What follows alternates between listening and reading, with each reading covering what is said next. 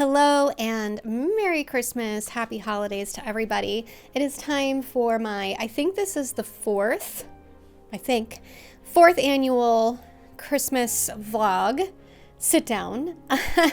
And I love making these vlog videos, especially of the holidays, how, we decorate, how we celebrate, how I'm feeling at this time of the year, and, just generally all of the things that I'm doing this week, the week of Christmas and Yule, to enjoy my home, to make sure that I am taking part in the cozy craftiness that I love about this time of year, doing things with my son, doing things at home that really bring the spirit and the magic of the holidays to life for me. And so I'm going to share some of that footage with you guys in this video and tell you a little bit about what we've been up to.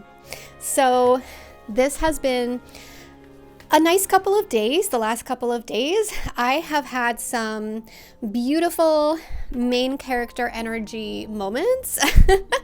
To be honest, coming into the solstice on the 21st in Yule, I was having a little bit of a rough time. I wrote about this in a Substack post on the solstice on the 21st.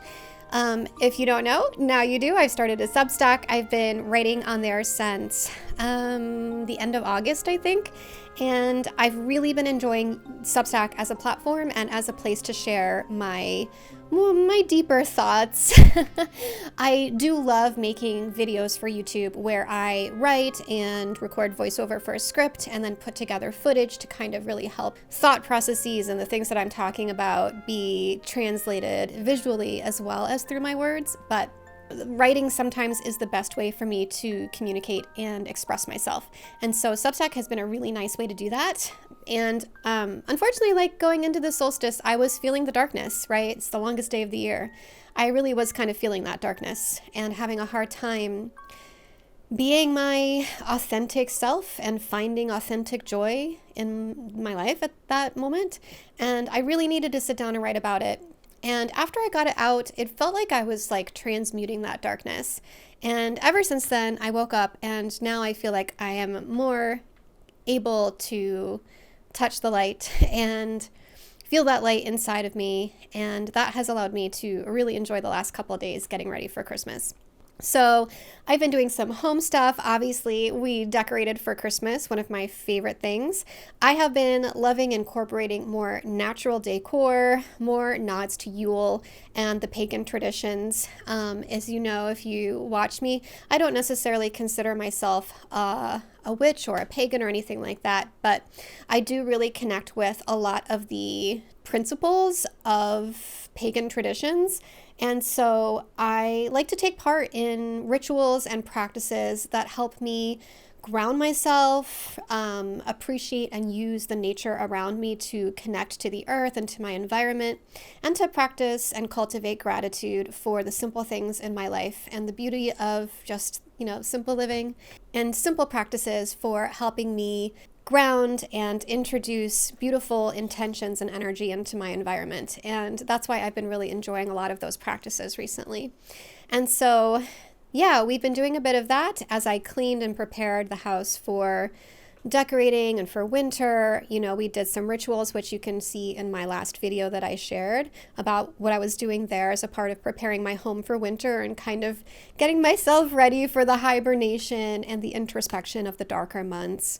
Which I personally usually am pretty grateful for, because after a very busy spring and summer, and our fall was very busy this year, I am pretty much always ready my little introverted heart is ready to come back inside, wall myself up in my home for a couple of months, enjoy the dark and the quiet and the stillness of winter, and use that as an opportunity to connect with myself, to really focus on my relationships, my son, our home, and all of the cozy and deeply beautiful and personal things that we do, as a family in our home.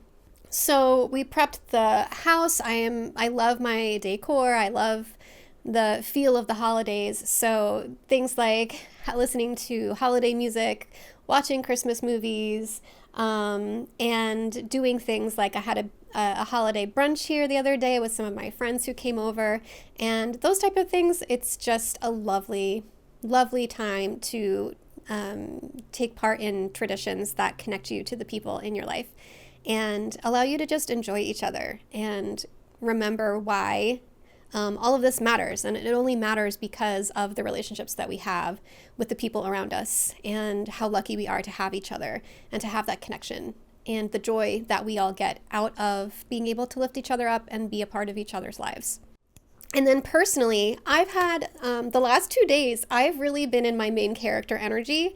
I have put on some cute outfits and gone out shopping to finish my Christmas shopping so that I had everything prepared for the Christmas baskets that I gift my family for the holidays. So we have a very charming, cute little town about 10 minutes away from my house. And it's like I live in Pennsylvania. We have a lot of these sort of older colonial styled places where there's a town center. It's all like brick and stone buildings. It's very old fashioned. It's very charming.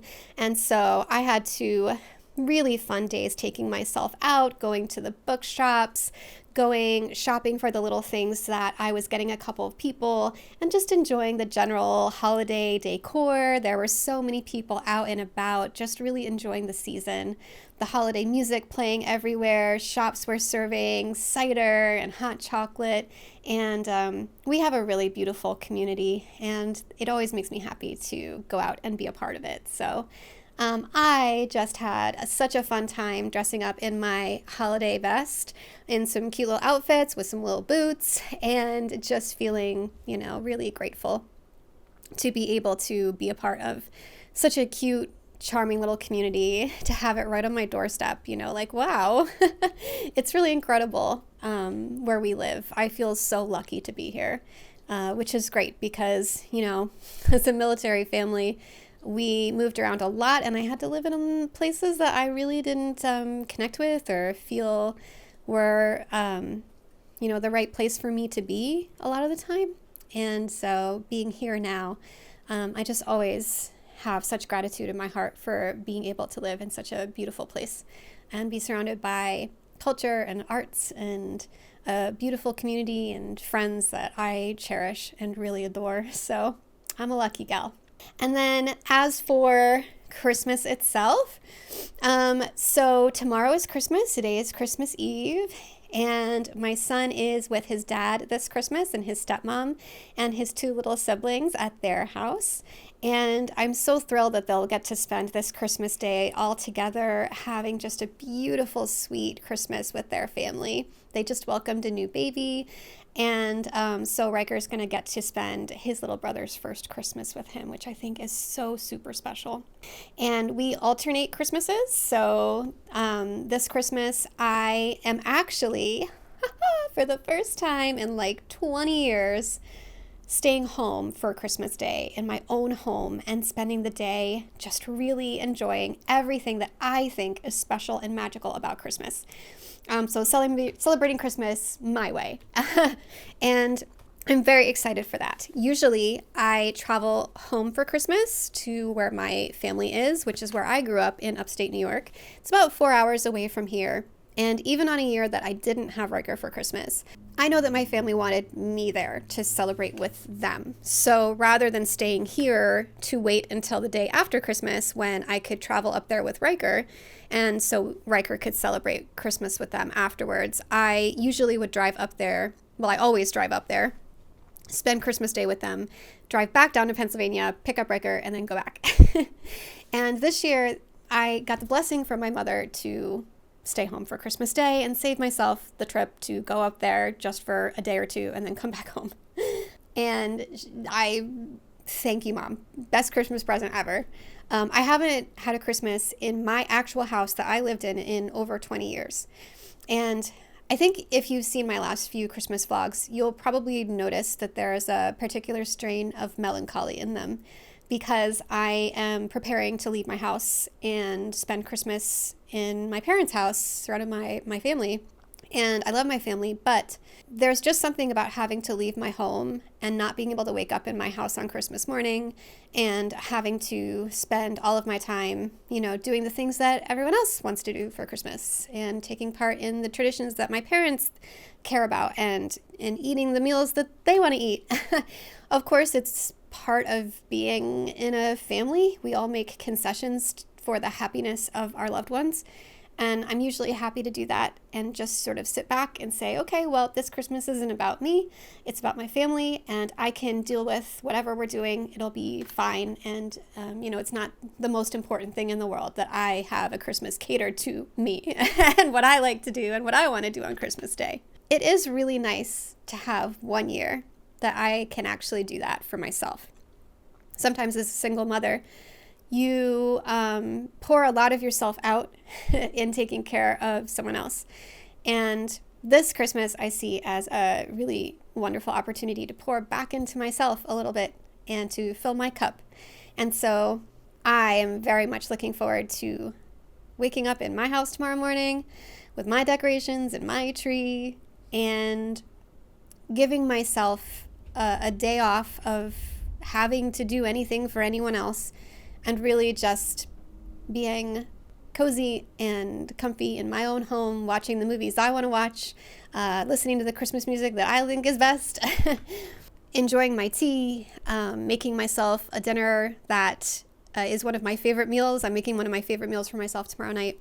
And I'll be seeing Riker briefly, and we'll be video chatting. I might pop over there just for presents and stuff. We'll see. But otherwise than that, it's really just about indulging myself for the day.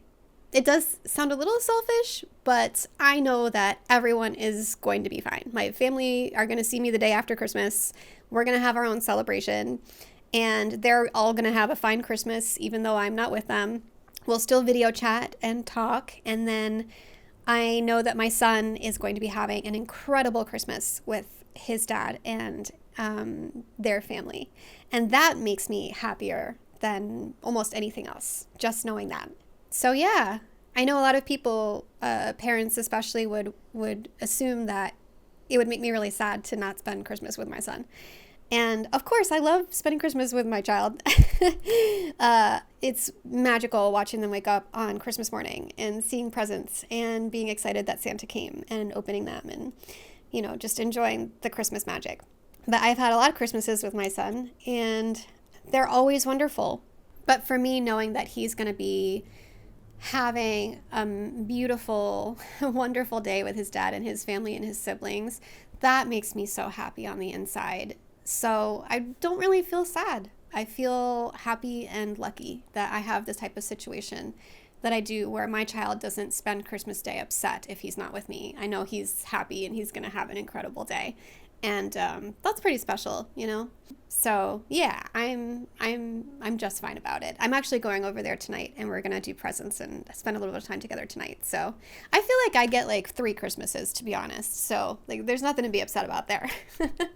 And so what else is there to say? I'm highly recommend. I'm reading a book right now called Good Spirits by B.K. Borson. It's a Christmas-themed romance about a ghost of Christmas past, like from A Christmas Carol, Charles Dickens, but like if they were real. And it's a beautiful romance, and it's just like, it's around the holiday time, and it's about a romance involving the ghost of Christmas past who's haunting a woman, and they fall in love, and there's like a whole mystery, like why is he haunting her specifically, and what's going to happen, because usually he disappears on Christmas Eve so she can move on, and we'll see what happens. I'm almost done with it. It's extremely good. Winnie and I are going to have a wonderful cozy night here tonight. We're going to have some holiday themed cocktails. We are making a nice meal for ourselves. And then tomorrow we are just going to do all the cozy and, awesome like holiday stuff that I love. We're going to have a fire in the fireplace. We're going to have champagne. We're going to have a beautiful meal. We're going to watch my favorite Christmas movies. We're going to be cuddly and warm and cozy. And I'm just really excited for it. I can't wait for tomorrow. So hopefully I will have this all edited and put out by then. But yeah, at the end of 2025, I'm feeling hopeful for the next year. 2025 has been rough. It's been rough. In the world, in my country. Personally, it's been challenging to deal with a lot of the feelings that have come up around this last year.